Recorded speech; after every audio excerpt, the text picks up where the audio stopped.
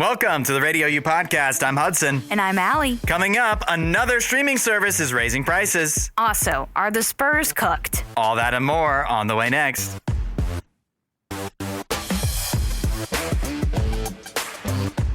How does it feel to find out you've been lied to for years? We've been lied to. How long has Guy Fieri been on TV? I have no idea. As long as Guy Fieri has been on TV, we have been lied to. 8772 Radio U.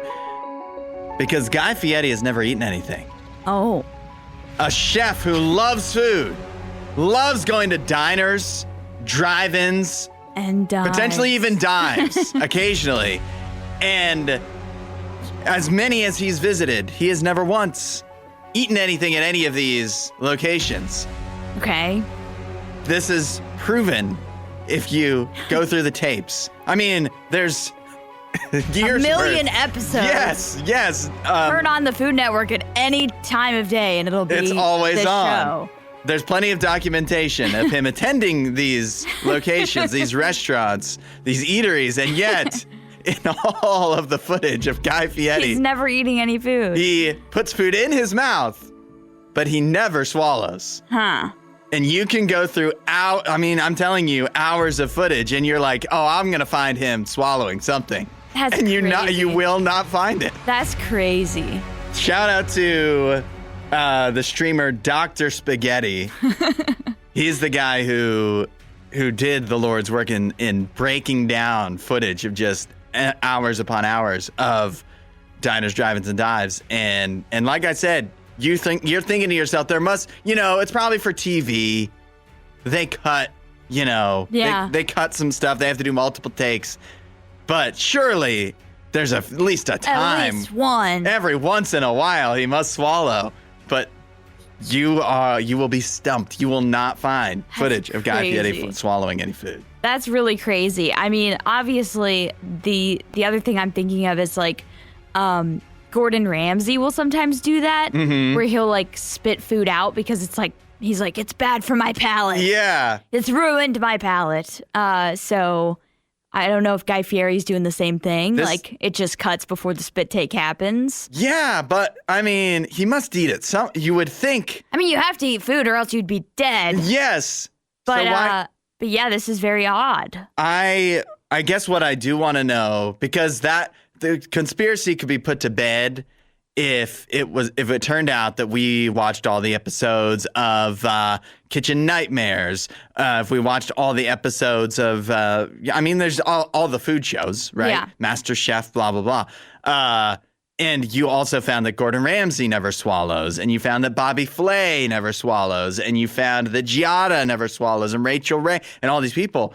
But I hazard to guess that they do swallow sometimes. I mean, and that it's a specific Guy Fieri thing. Right. I've watched MasterChef and, MasterChef Junior. Yeah. And Gordon Ramsay, while there are some times where he spits it out because it's just not any good, there are plenty of times where he enjoys the food. Yeah. And so they take a moment, take a beat for him to chew.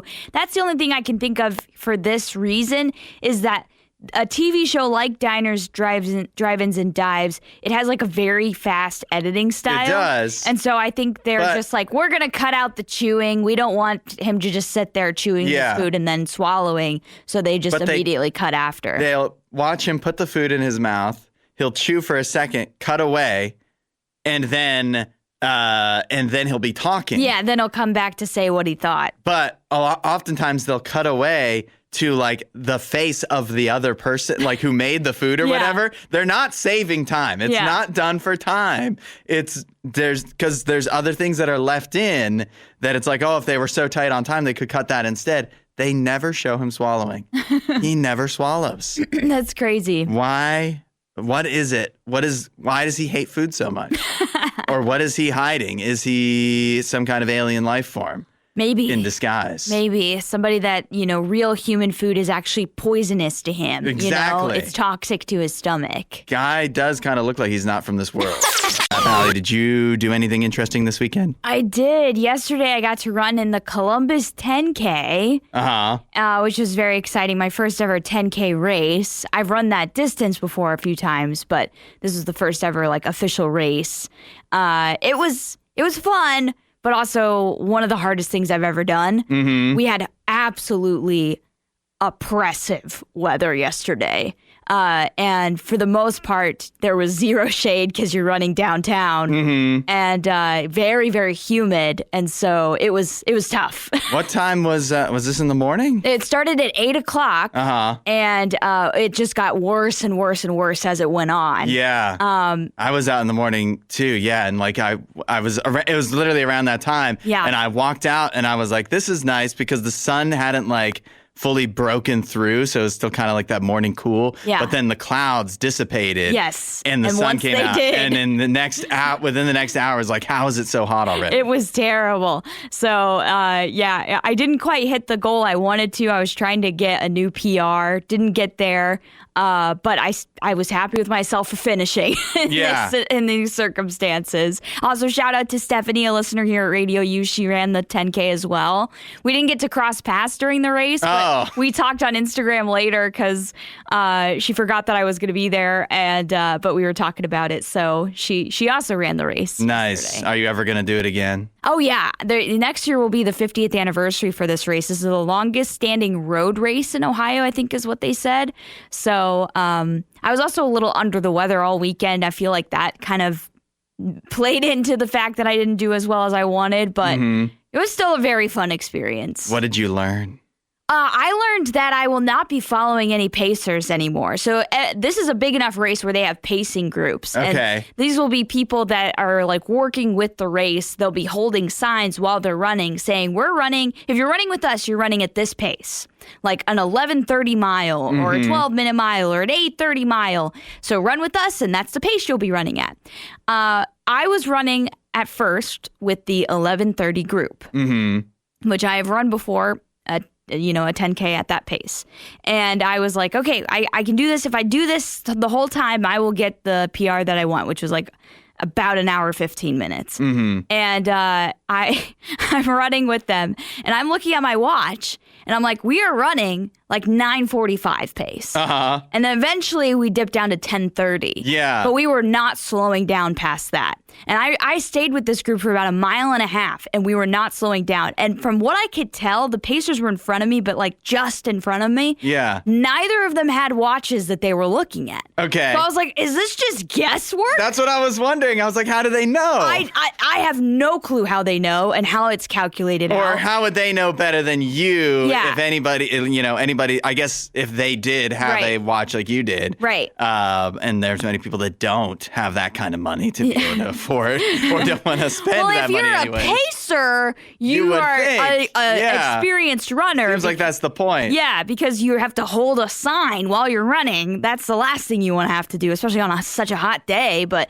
so I fell back from their group because I was like, there's no way I can maintain this pace for 6.2 miles. So I fell back to the 12. The 12 was going 11:30, and I was like, what's going on here? Did they have watches? They did not have watches.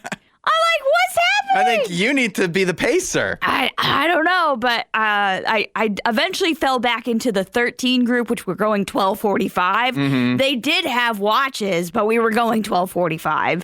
But I stayed with them for most of the race. Is there an asterisk on the little there little should signs? be. So next year, I'm not following any pacers. Yeah. I'm just gonna do my own thing. You got to start your own pace group. Yeah, well, I'm just gonna stick with my own thing, because my Runna app, which is a training app that goes along Strava, it tells me what pace I should be running at for the whole 6K or for the whole 10K. And I was like, I was not really listening to it very well because I was just like, well, I'm in the pacing group, so blah, blah, blah, blah. And then I looked down and I'm like, wait, we're going 9:45. What's going on? World Cup starts this week, Yeah. Thursday. Let us know if you think FIFA did the right thing here at 877-2-RADIO-U or with the talkback button in the Radio U app.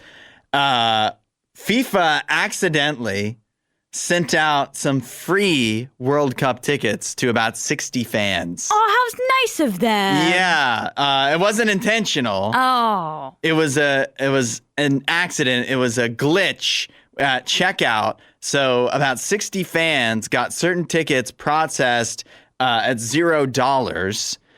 So the fans actually had like possession of these tickets and they were going to be able to go to the game without having to pay anything. Okay. Because it was like a thing where like, I guess in the checkout process was like some kind of like pay later thing. But then it was like, it thought they already paid. And so they weren't, at the end of the day, they weren't going to have to pay. They had the tickets. Then FIFA noticed and notified the fans that the tickets, they were going to need to pay for the tickets, and they had 7 days to complete payment or otherwise. So they still had the tickets reserved. Yeah. But they actually couldn't, go into the stadium unless if they don't for pay it within 7 days. Wow. I mean, I guess at the very least they gave them the 7 days. They didn't just take the tickets away and be like, try again. But either way, still feels pretty slap in the face because it's like those fans were just trying to get tickets regularly. Yeah. They just thought they got the good deal, It wasn't their fault that you guys had a glitch in your system. They thought it was their lucky day. Yeah.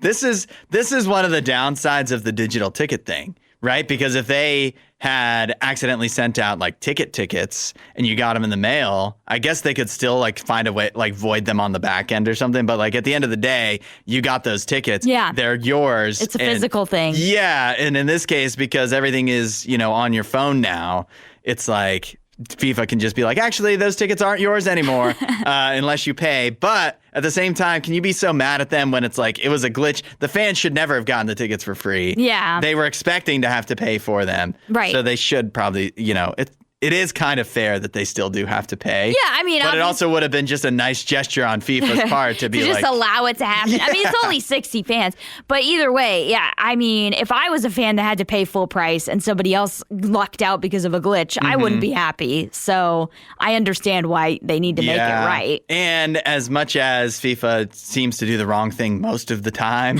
seriously, they only get a World Cup every 4 years. Yeah, they got to make every single darn cent they can off of it, and so giving away 60 tickets for free, it's not good for business. Yeah. So I can't fault FIFA too much for this one, and I can't believe I'm saying that. Allie, I saw this story. It had you written all over it. Yeah, I'm looking at the details here. This is crazy. Yeah, because I know you're obsessed with Mount Everest. We've done a right up my alley Mount Everest before. I have a Mount Everest Sherpa that went missing, was presumed dead, and then was found and rescued after the funeral rites had already begun. 8772 RadioU, or use the talkback button in the RadioU app. An actual miracle of a story. This person survived nearly a week alone on Mount Everest without food, water, or extra oxygen. Supplemental oxygen. And obviously, Mount Everest is kind of extreme conditions, yes. Even when it's nice. There's literally an area of it called the death zone. If you're there for over a certain period of time, you just die because your body cannot handle the lack of oxygen. I consider all of Mount Everest a death zone for me. That might be true. But this guy managed to live almost a week. When he had, it says he disappeared. Dawa Sherpa is his name. He disappeared while descending from the mountain after a failed summit attempt, and they didn't know where he was. And Did they say where he disappeared at? What location? I don't have that here of what in regards to the mountain where he was when he disappeared. But I guess maybe they don't know because he was gone. They couldn't find him. Yeah. All they know is he was coming down the mountain because he wasn't able to summit, which tells me there was probably bad weather or just the time of whenever the day was that they just weren't able to do it. Didn't have the supplies to do it, whatever. Or again, if you're in the death zone too long, you will die. So you just need to get out of there. But this is unheard of for somebody to have, gone missing, been gone missing for 6 days and then be found alive on Mount Everest. Yeah. This doesn't happen on Mount Everest. He's a miracle right If now. somebody dropped you here in the United States and you were lost and you had no food, water, or and we're missing oxygen for 6 days. Yeah, nobody knew where you were. You'd probably still. That's a normal conditions in America. Right. Forget about being on Mount Everest.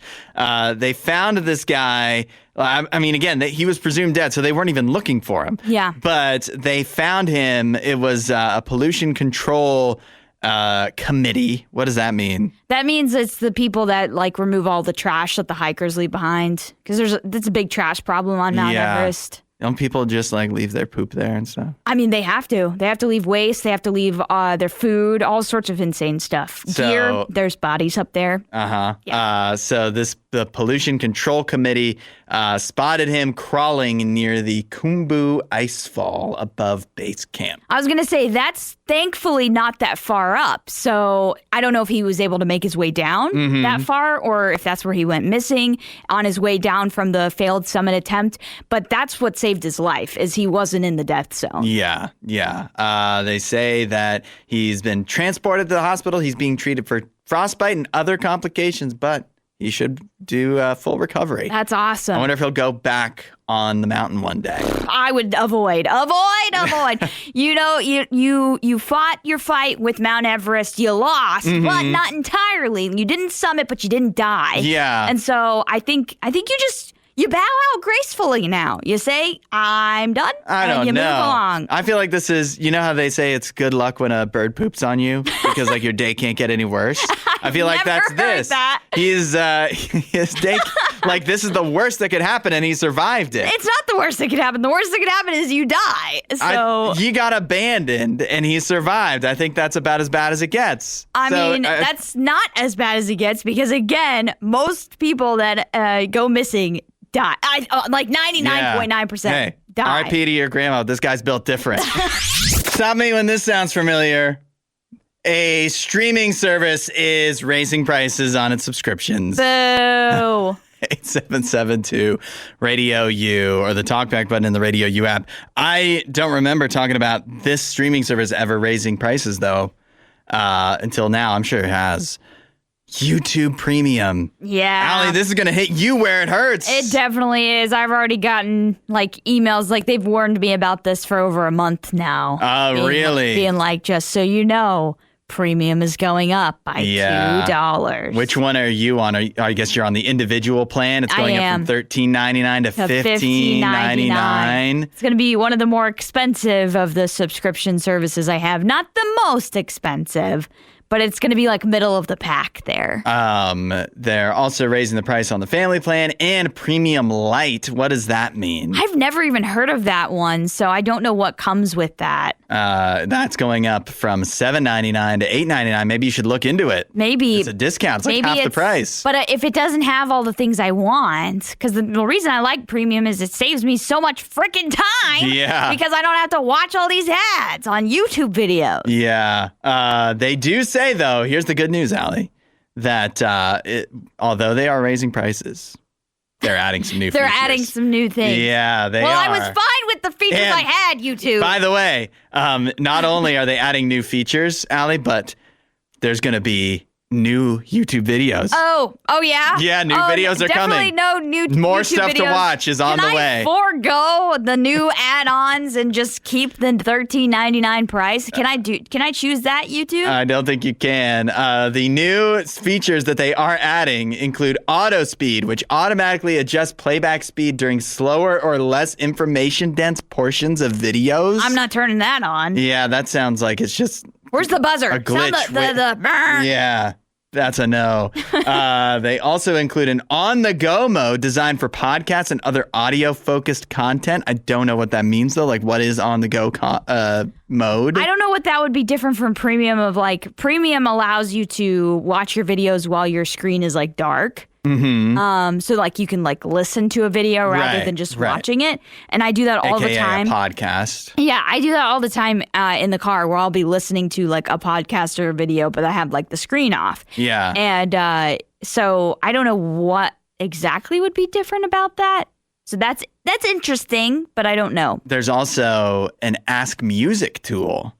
which can generate personalized radio stations, playlists, and podcast recommendations based off of your user preferences. I don't want that. I have Spotify. I don't need an Ask Music feature from YouTube. But maybe you don't need both.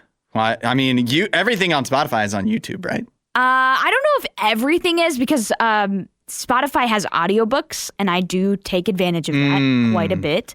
I don't know if YouTube Music provides that. And I also have all my playlists on Spotify. We've talked about this. Yeah. There's no way I'm switching to YouTube Music, Spotify. Amazon Music, whatever. I'm not switching because Spotify, it has me in a chokehold. Spotify has us over a barrel because we cannot, because of all the years of playlists we have on there that we can't let go of, that I'm sure there's a tool that you might have to pay one time. Talked about there being people a have tool. sent it, and it's like, but that sounds like so much work. Spotify. I don't care. I don't want Apple Music. I don't want any of the other ones. I'm happy with Spotify. I did find, because I've been complaining, right, that YouTube, the ads are getting longer and less likely to be skippable. Yeah. And then when I'm casting on my Chromecast, so it's running off of my phone, you have to, like, if you want to skip the ad, if you even have that opportunity, you have to stop whatever else you were doing on your phone and open up the YouTube app and skip the ad. And by that time, a lot of times the ad is already over or whatever, if it's a short one. But still, that's a lot of hassle. It interrupts you. But what I found is I cast onto my or just watch YouTube straight on my Xbox. And then I just use the controller to skip the ad, and I can use my phone for whatever I want. That's crazy that you can't use the remote. That's crazy. Yeah. YouTube is crazy, but just like Spotify has us over a barrel with our playlist, YouTube has us over a barrel with all the videos. Yeah. There's nowhere else you can watch the videos. I know, and I love so many creators, YouTubers on YouTube, so it's not like I'm going to stop watching YouTube. Yeah, but also, you can watch it for free. Allie asked me what I did this weekend. Hudson, what did you do this weekend? I did something interesting. I spent all day Saturday helping my parents move. Oh, they moved? Yeah. Listen to this. This is crazy. My parents bought a house. Can you believe? I thought they were looking to get into a different apartment or something. No, they're rich, Allie. They can buy a house. I feel like the older you are, the more likely you are to be able to afford a house. Yeah, because they actually made money when they were growing up. And saved that money. Yeah, right. Eventually they started saving it. Yeah, they bought a house, so I had to help them move. Okay. And it was supposed to be me and Mrs. Hudson, and then my parents have so many friends. They have a lot of friends. That's good. Yeah, that's another thing about them that's way different than me. And so my dad was like, "I've got 3 people coming over to help us move." That's awesome. Guess how many people showed up to help us move? You. Yeah, it was just me and Mrs. Hudson. Maybe they don't have good friends. It was the 4. Yeah, that's I'm right. kidding. It was the 4 of us, and my mom can't really lift anything. Okay. So it was really like the 3 of us. I mean, she was packing stuff all up in the boxes and stuff, but we had to do, the 3 of us, all of the heavy lifting, going up and down stairs. Fortunately, their new house is all basically one level, even though it's massive. It has a basement. Well, we were putting stuff in the basement. Yeah. But moving out of their apartment. But the previous place was a 2 on the second floor? Yeah, there was 2. There was stuff on the second floor. So it was including the bed and a big desk and stuff. So that's tough. Yeah. Have you ever helped somebody move? I have. Yes. What did they offer you? What do you get for helping them move? I don't know if I got anything. You didn't get anything? I helped my friend move. Her and her husband, they were moving. Yeah. And their daughter. And this was one of those things where we were helping them load a U-Haul. Uh-huh. And they just needed help. They had a baby. They just really needed help. Mm-hmm. So I don't think I got anything from them. We were just helping them out. And then I've helped parents move, siblings move. Yeah, I don't know if I've really gotten anything in return. You didn't get they didn't get you lunch or anything? There might have been a situation of getting lunch together after or during. That was the deal? Yeah, that's the deal, is that to me, and I said this to people beforehand. I was like, because Mrs. Hudson, I don't know if she's ever helped anybody move. And I'm like, you like when you help somebody move, they get you pizza. Yeah. That's the deal. They get you some type of lunch. Every time. That's how I always grew up is like they get you lunch, if not more than that. Yeah. So that's what we got. We got pizza. I remember the first time. That made it worthwhile. Yeah. I remember the first time I moved into an apartment, my cousins helped me. They bought me lunch. What? Yeah, my cousins and my aunt and a few people from my church, they all helped me because it was my first ever apartment out of college. And we have a ministry at our church where, if you are a person that's moving into a place for the very first time, don't have any furniture, we have some that you can use. Oh, that's cool, yeah. Which is very, very cool. So they brought me some because I didn't have anything, really. Yeah. And they provided lunch for me. That's cool. When I first moved out, I had a TV. Yeah. That was it. That's about same. That was my same furniture. Here for me. Yeah. I had a TV and I had bought a new mattress, and that was all I had. Allie, I have a unique opportunity for you. For me? Yeah, to have some one of a kind Cavs memorabilia. Okay. I know you're a big Cleveland Cavaliers fan. Obviously, yes. 8772 Radio. You're the talkback button in the RadioU app. So check this out. Up for auction now. It's running this week. You could have a chair from Rocket Mortgage Arena. Yep. That was in the building courtside for Cavs-Knicks Game 3. Okay. Sat in by none other than Taylor Swift. Okay, I can't even pretend like I didn't know about this because I saw this article already a few days ago, probably before the weekend, I think. No thanks. No, thank you. As soon as I saw Travis Kelce and Taylor Swift show up to Game 3, I knew we'd lose Game 3. Yeah. I knew. And so I feel like this is just, that would add to the curse lore. And I don't want to add to that. I want to detract from that. I feel like this is that's a day to forget. Yes, it's a day that will live on in infamy, as some might say. So no thanks. Yeah, I'd rather us burn it. Can we have a day where maybe we burn that's what the Taylor Swift chair? Whoever wins it is going to do with it. Because I was literally thinking, I was like, okay. I guess just to have, it has the Cavs insignia, their logo on it, on the back of it. So it is an actual piece of Cavs memorabilia. It was in the building. So it's just kind of cool to have, I guess, a chair. If you're a crazy folding psycho chair fan. From the arena just generally. Yeah. But then again, it was used during Game 3, but was that the only game it was used for? I'm not sure. Yeah, that's a good question. They probably swap out those courtside seats pretty frequently to make sure they don't, you're paying all that money. That should be a nice, fresh chair. Yeah. But it needs to be broken in a little bit too, I would think. But anyways, so it's kind of like forgetting the Taylor Swift in the Game 3 part of it. It's kind of cool. But then, why would you pay a premium because of the Taylor Swift thing? What are you going to do with it? You'd have to be a really psycho stalker person. Yeah, right? I want the Taylor Swift chair. Yeah, you think it smells like her? That's exactly what I'm worried about. People being I'm going to sniff the chair. It is weird what any the type of person that would buy it, unless they're thinking like you, and it's I'm going to burn the it chair because I'm mad that they lost and I don't like Taylor Swift.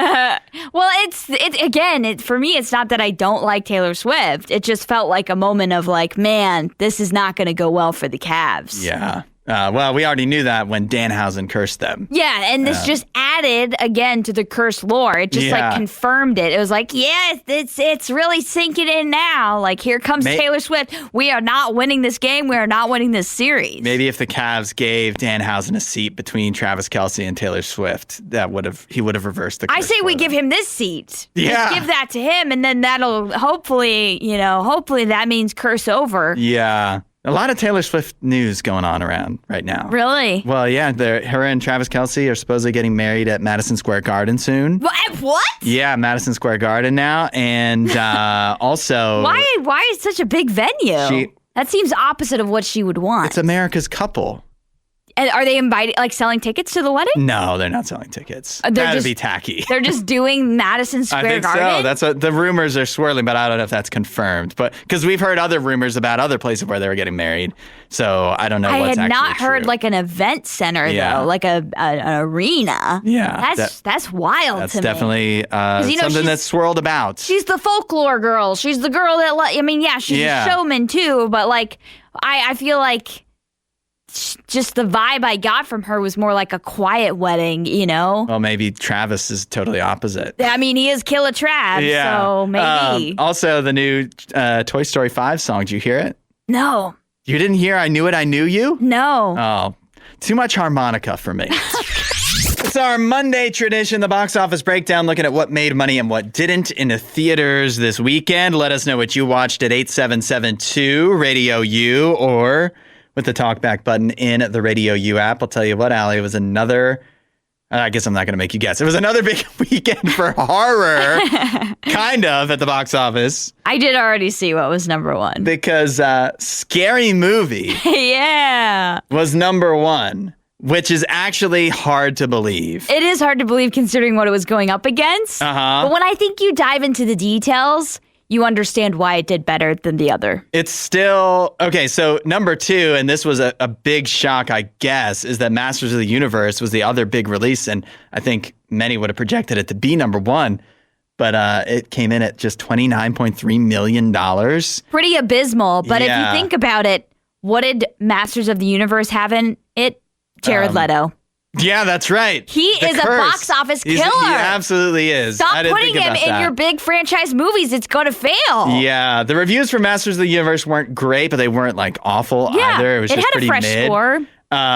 But it only made, about $25 million or $29 million in North America. It only total made about like $50 million. Yikes. Which it cost, that includes overseas. Yeah. It cost over $200 million to produce and promote. It's a bomb. It's a flop. Yeah. And it had flop written all over it before because, I'm sorry, I know both of us mentioned this. Like, Masters of the Universe, as far as like He-Man, not our thing. We didn't grow up with it. It feels like the audience just was not there for this movie. I didn't, but I thought it would be a cool idea to make a He-Man movie. But I didn't think it was a cool idea to make this He-Man movie. And maybe that's the case, because it just also didn't look very convincing. Like, it didn't look appealing enough. I've said, my take all along since the first trailer is it looks too like a Marvel movie when it should look more like something different. Like for kids, like campier, not like a serious movie. The kids' percentage of like who came out to see it, it was like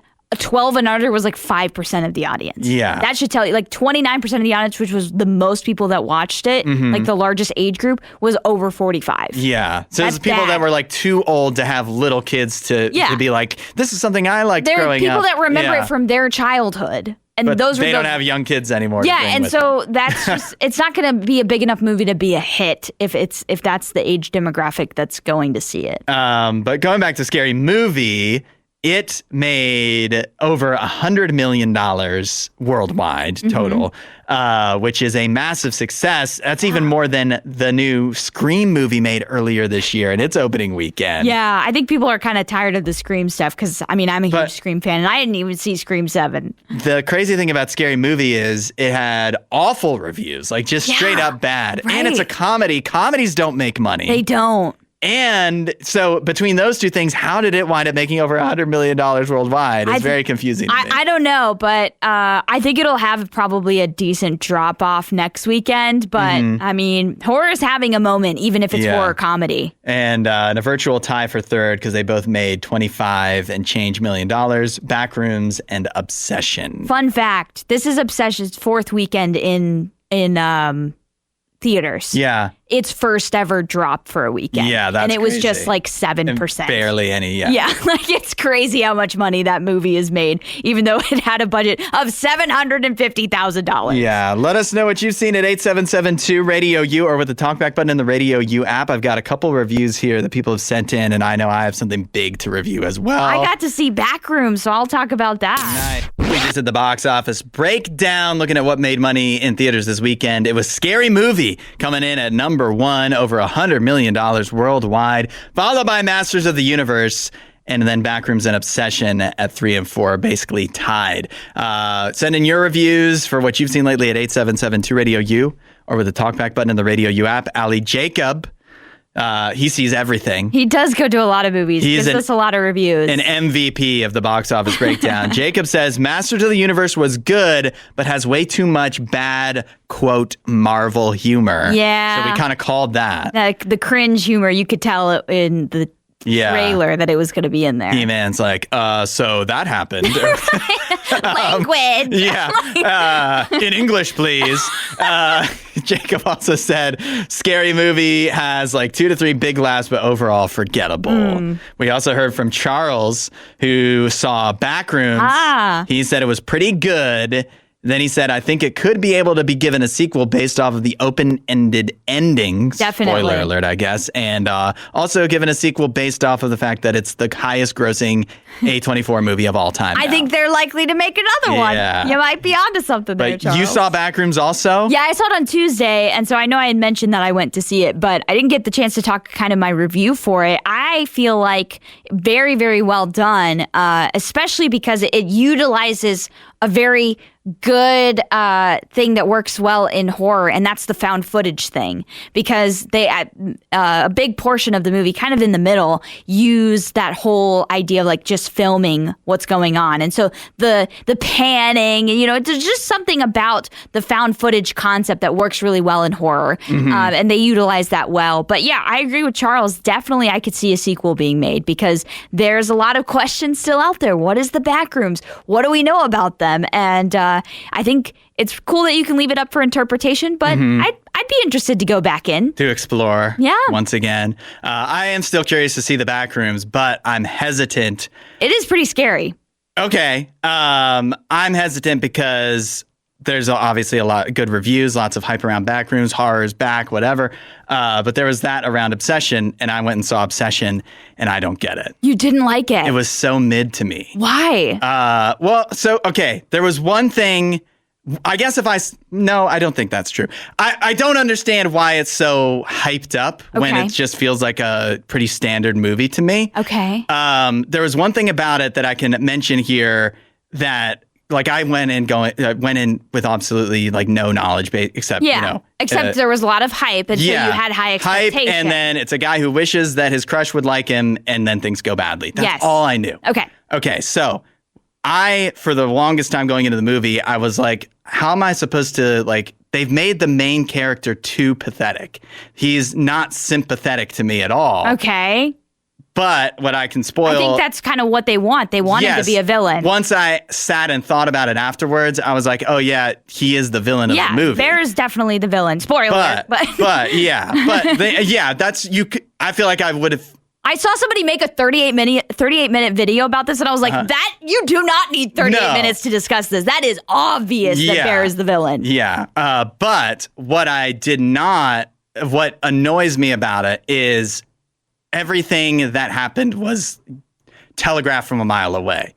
Like, this whole plot of it was just exactly how you expect it to go. Really? Yes, but obviously I can't give any of that away, for anybody who hasn't seen it. I'm not going to spoil anything, but it's like, oh wow, that ended. Every scene, there was scenes where I was like, you have a sense of dread, something bad's going to happen. Yeah. And like there was one spot where I said to Mrs. Hudson, I was like, okay, this is going to happen. And then 100% that thing happened. Oh, yeah. I know exactly what scene you're talking about. Yeah, because of the way that it's framed, you could tell that it's coming. Yeah. There was just like, it just felt so like, okay. I think this is your oppositional defiance disorder overriding your brain here. Because I think it's a very, very well done film. I think it's fine. I think there's a lot of stuff in it too that's like, we're not sure what rules we're playing by. And when that's happening during the course of the movie, that's fine. But usually it's explained. For example, like Weapons. Yeah. I thought Weapons was much better because there's stuff you're not sure. The performances in this movie are insane. Really? Oh, yes.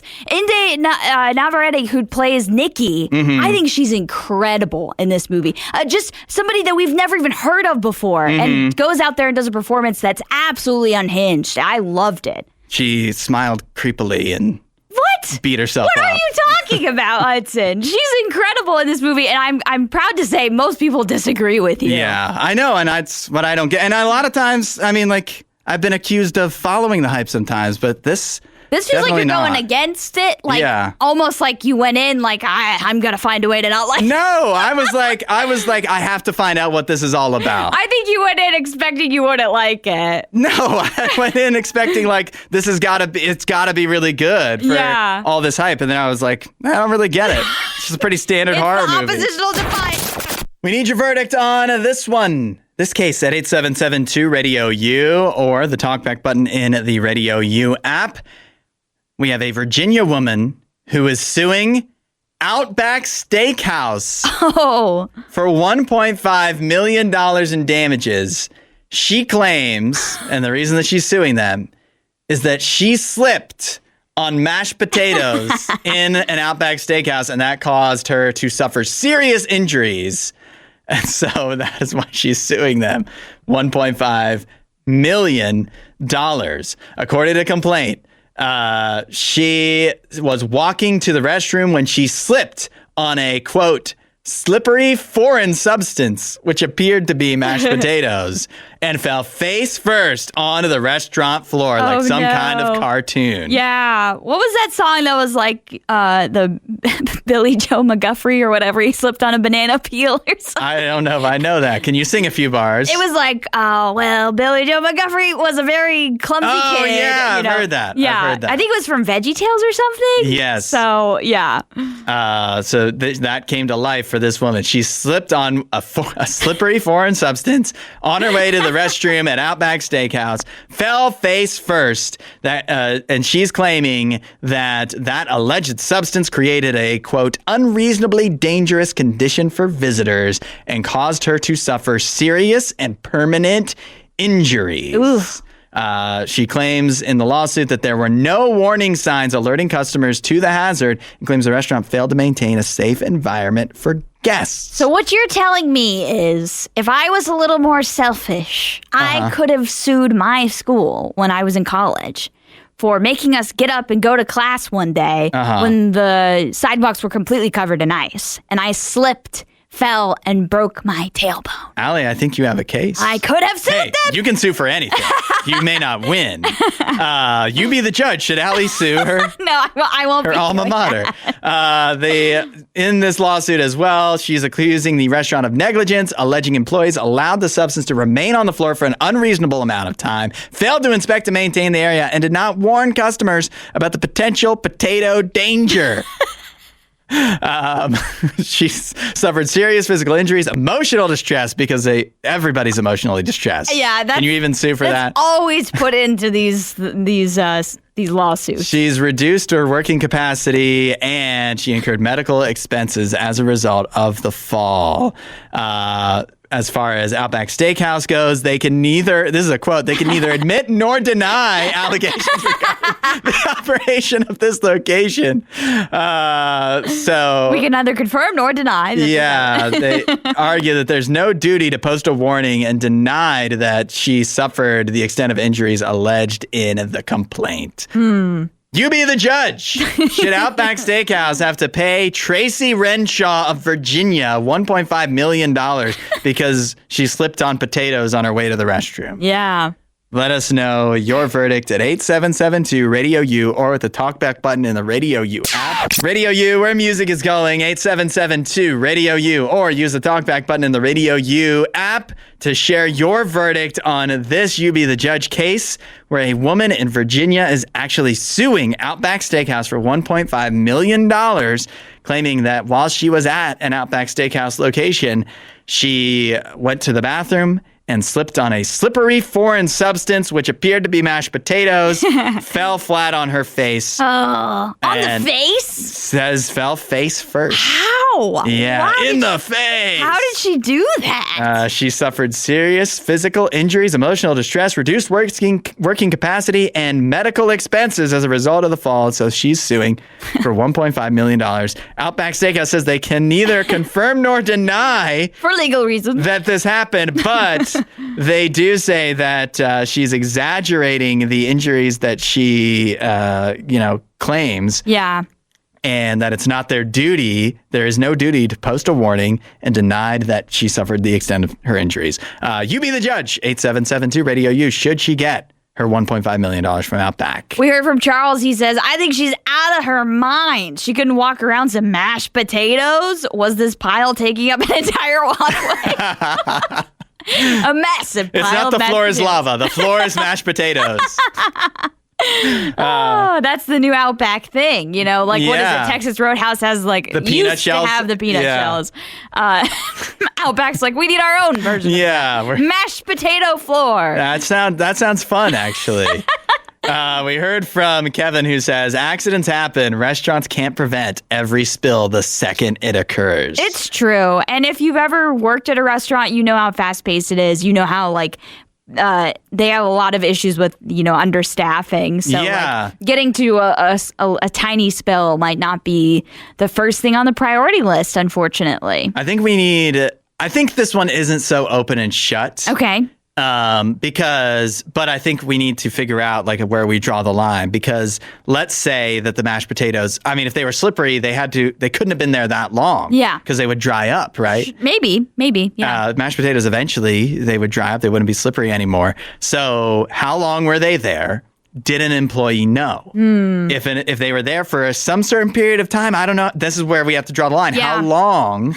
Because how long can the mashed potatoes sit there before it becomes If they were there from the day before and they hadn't dried up, for example, and they had not been cleaned, and there was no sign. Yeah, that's unacceptable. If they had been there for an hour, now we're starting to get into possibly gray area. Right. If they were there for an hour and an employee knew and didn't do anything about it, I feel like she still could be owed some money. If they were there for an hour and there was no evidence that an employee saw it, then now I'm starting to think Outback's off the hook, because how can they clean up or prevent something they didn't know about? I don't know how they can prove the time when the mashed potatoes. They have to look through all the footage and see if they can find anything. And maybe the reason they can't confirm or deny is because there is no footage of that area of the restaurant. Well, and you think, how would mashed potatoes get on the floor? Probably it was something from the kitchen where it was tracked on somebody's shoe out there. Yeah, somebody's shoe. Somebody dropped something, and that's just what was left behind. We also heard from Tim. He says, you can see mashed potatoes. This would be different if it was water. That said, the restaurant should still pay medical bills if they really did take their time. Mostly her fault, though. Yeah. Outback's probably not in the best of spirits right now as far as money goes. Yeah. It's a lot of these restaurants are failing. For a lot of these big restaurant chains. But I also feel like insurance can cover the $1.5 million. And so at the end of the day, this is probably headed for an out-of-court settlement, right? Yeah. I would settle for paying the medical bills, which are nowhere near $1.5 million. Yeah. It's probably a few thousand. Free Bloomin' Onions for life. Bet you didn't think you'd be waking up on Monday morning with the New York Knicks having a 2-0 lead in the NBA Finals, going back to Madison Square Garden for Game 3 tonight. 8772 Radio U, the talkback button in the Radio U app. Allie, are the Spurs cooked? If a Spur can be cooked, the answer is yes. It's bad. This is bad. Yeah. I think this might be another sweep. Yeah, I know. And that I did say before the series started, that was the one thing that I was hoping wouldn't happen, is that a 4 or 5 game series. I think it's going to happen. I kind of think it is too. Yep. Because the Knicks, I mean, first of all credit to the Knicks, because they just do not give up on games. Yeah. They're just so unflappable, unshakable, and that refuse to lose thing that the Spurs kind of seem to have for a while too. Yeah. But I think exhaustion is getting to them. And eventually it's caught up to them too. The inexperience. Hardly any players on this team have been in through a playoff run before. Right. Yeah, it's crazy what the Knicks have. They just have an extra gear that they're able to get to in the fourth quarter that other teams don't have. And that fourth gear is Jalen Brunson. Yeah. It's Jalen Brunson. Both of the statistically has not been very good. Yeah. The first 2 games for most of the game, but in the fourth quarter. But in the fourth quarter, he turns it on. It's and crazy. Then, meanwhile, who would predict this? That Karl Anthony Towns, who, he didn't have the rep of James Harden, but he was definitely not seen as, he was seen, the Timberwolves got rid of him, right? Because it didn't seem like a guy that could get it done in the playoffs. And that's definitely that. I mean, he's been a key to their success. Yeah, and every part of it has worked in their like. There's so much that's working for them, and whether you want to call that luck or just like the talent is all clicking, the coaching's clicking. I just think everything is going in New York's way and in their favor. And for the Spurs, especially in game 2, you could just tell that things are just not working in their favor. I mean, Wemby makes such a big mistake at the end there. Yeah. It's not like the Spurs got absolutely destroyed in game 2. They should have won game 2. Right. But they should have won game 1 too. Yeah. It's mental mistakes that have gotten in the way. And again, that's why I think like the luck factor, everything, the talent of turning it on in the fourth quarter, it's all just working in New York's favor. The inexperience and then the like, it's just, the way those Knicks have sped them up has been really tough. So, you're calling sweep? I think it's going to be a sweep, which honestly, as a Cavs fan, that makes me feel pretty good because I'm like, this Knicks team wasn't going to be stopped by anyone. Yeah, that's a good point. It's hard to imagine it getting better for the Spurs. They had 2 games on a silver platter at home, and they couldn't get it done. And now you got to go to MSG. It's going to be and they're like bonkers. 2 wins away from the first NBA championship since '73. Yeah, that place is going to be nuts. They're not even going to be able to. Chalamet, Kylie Jenner, Ben Stiller, Spike Lee, Donald Trump. Everybody's going to be there. The fans were on the court in game 2 of the Eastern Conference Finals. They're going to be on the court for this one. It's going to be madness tonight. The Knicks could win one of these games by 50 like they did against the Hawks for all we know. Thanks for listening to the RadioU Podcast. Don't forget to rate and review the show.